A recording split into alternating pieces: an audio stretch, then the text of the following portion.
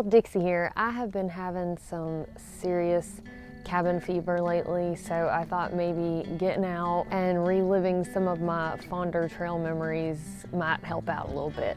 So tonight I want to tell y'all about one of the more serendipitous experiences I had while through hiking the Appalachian Trail.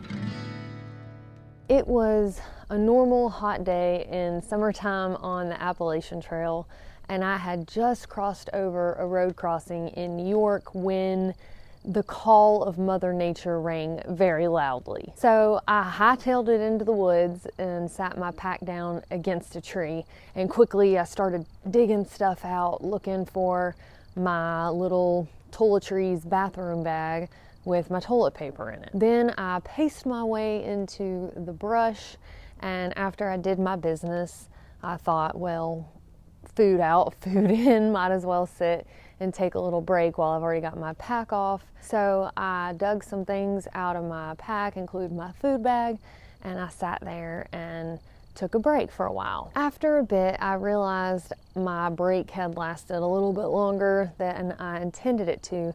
And at this point in my through hike, I was trying to catch up with some friends who were ahead of me on trail by several days. So minutes mattered. And I would wake up early in the day and hike late into the night at this time. So I hurriedly packed up my stuff and threw my pack on my back and tore down the trail. And I had made it about 5 miles or so when I realized that the light was getting dim enough outside that I was gonna need my headlamp soon. So I tossed my pack down and started digging through my stuff, looking for my electronics bag where I kept my headlamp. And when I got to the bottom of my pack without finding my electronics bag, I started to get worried, and I tore apart my pack, checking in things like my food bag, even my sleeping bag, in case somehow it had ended up in there, and I came up empty-handed. And then it hit me. I realized in my rush to pack up for my break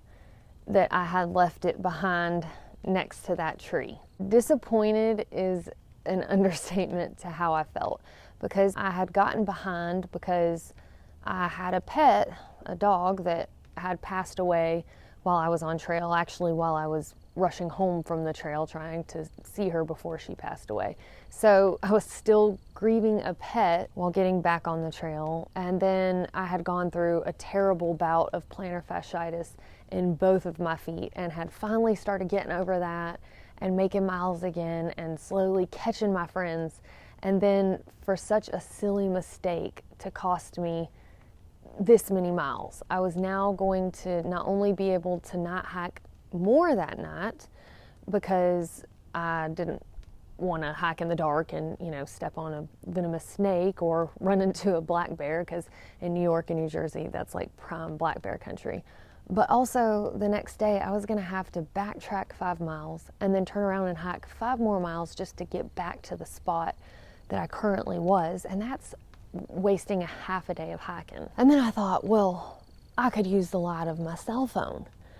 I looked down at my cell phone and it had about 12%. Well, I'll just plug it up to my battery pack. Oh wait, my battery pack is in my electronics bag that's next to the tree 5 miles from me. Part of me thought about just trying to hike as much as I could during the day until I got to the next town and then replacing these items, but I realized my wallet was also in my electronics bag. Plus, I had been waking up at like the crack of dawn and then hiking late into the night, so I knew just with the daylight hours I wouldn't be able to make as much ground. So then the thought came to me to check the map and see how far my next road crossing was, because maybe I could hitchhike back to the previous road crossing where I'd left my stuff, but hitchhiking can take a while too, so that was a gamble. But when I looked at my map, I saw that there was actually a road crossing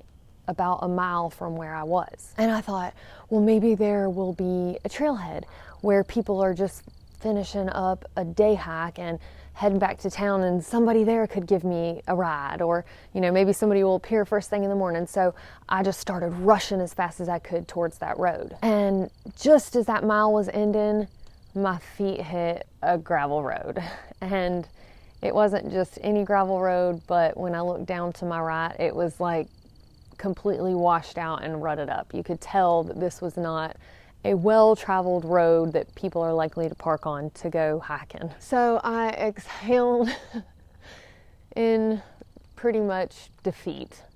So I started looking around, trying to figure out if there was a flat spot near the road that I could at least camp out for the night, try to think about my next move and regroup. So I turned left on the road because I knew back behind me I really hadn't seen great flat spots to camp. And when I started walking down the road just a little piece, I saw red taillights. So I started jogging as fast as I could towards the red lights, just in time to see this car making a 3-point turn on this messed up gravel road. And I started waving my arms and trying to flag these people down and hollering, "Hello, hello." Honestly, with the way I had to have looked like a mad woman, I'm shocked they didn't floor it. Instead, they cracked the window just a tiny bit, and I could kind of see a young guy and girl. And the fella said, "Can we help you? Are you okay?" So I explained to them, "I am so sorry. I know this probably seems completely crazy, but I am through hiking the Appalachian Trail, and this is the situation I'm in." And they started seeming a little bit curious and asking some more questions about like the through hike and the trail. And they were like mildly familiar with it. Once I explained my situation and they got some questions answered, I heard them kind of whispering amongst themselves. And then the fella said, "Well, would you like a ride?" And I couldn't believe it. You would have never had me guess that in the middle of nowhere on a creepy dirt road that folks would actually pick up a random crazy looking woman. So upon climbing in with this couple, I apologized for my hiker stench and explained to them it had been several days since I had bathed. But I had to ask them, so what are y'all doing out here on this creepy dirt road? And they explained that they were college students. They had won these movie tickets to a theater that they didn't typically go to. They punched the theater's address into their GPS and it tried to take them down this gravel dirt road, and they had gotten to a point where they realized, okay, this road is not going to be drivable all the way through where we need to go, so we're going to turn it around. And that's about the time that I came running out of the woods waving my arms. But they realized with the directions mishap that they were going to be late to the movie they were going to see, and thought, why not just help me out and they can go catch the movie later. So by complete happenstance, if you think about it, this couple had to, first of all, enter something to win these tickets, actually win the tickets, and then punch the directions into a GPS that carried them to this random dirt road instead of like on normal roads.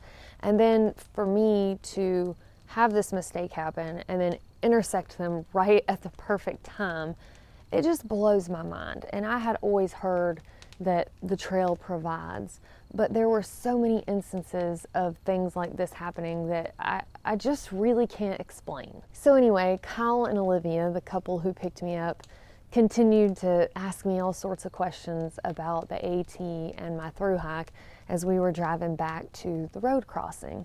And by the time they dropped me off, it kind of felt like we were old friends or something. But they were super interested to learn about through hiking. And we ended up keeping in touch through social media. And the following year, they sent me a message saying that they had done Trail Magic for the hikers of 2016. And I just thought that that was really cool, because you never know when you toss a little pebble into a pond exactly how far the ripples will go. And it's definitely been fun watching them on their own adventures of life. They are no longer together as a couple, but they have maintained a friendship throughout the years.